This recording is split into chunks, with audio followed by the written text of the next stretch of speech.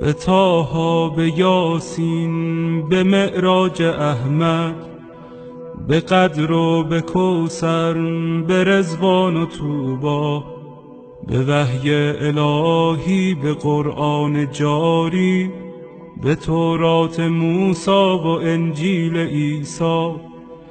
بسی پادشاهی کنم در گدایی، چو باشم گدای گدایان زهرا.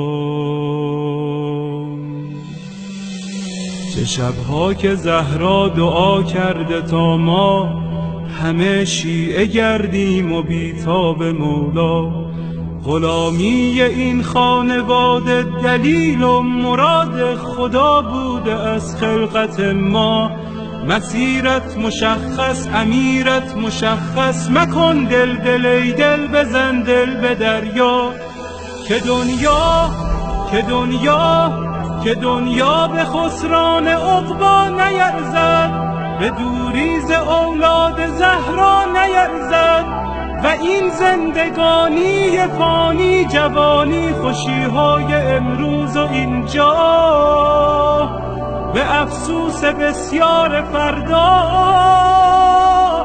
نیرزد.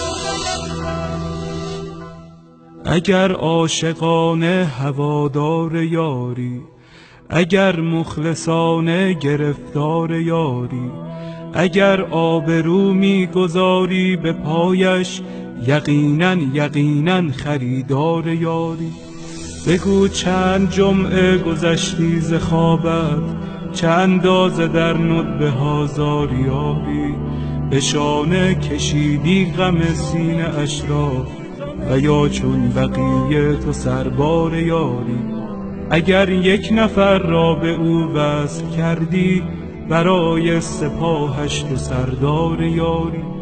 به گریه شبی را سحر کردی یا نه، چه مقدار بیتاب و بیمار یاری. دل آشفته بودن دلیل کمی نیست، اگر بیقراری بدان یار یاری. و پایان این بیقراری بهشت است، بهشتی که سرخوش ز دیدار یاری. نسیم کرامت وزیدن گرفته، و باران رحمت چکیدن گرفته.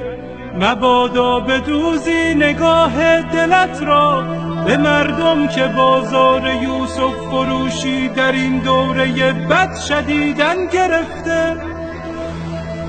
خدایا به روی درخشان مهدی، به زلف سیاه و پریشان مهدی، به قلب رعوفش که دریای داغ است، به چشمان از غصه گریان مهدی، به لبهای گرم علی یا علیش، به ذکر حسین و حسن جان مهدی، به دست کریم و نگاه رحیمش، به چشم امید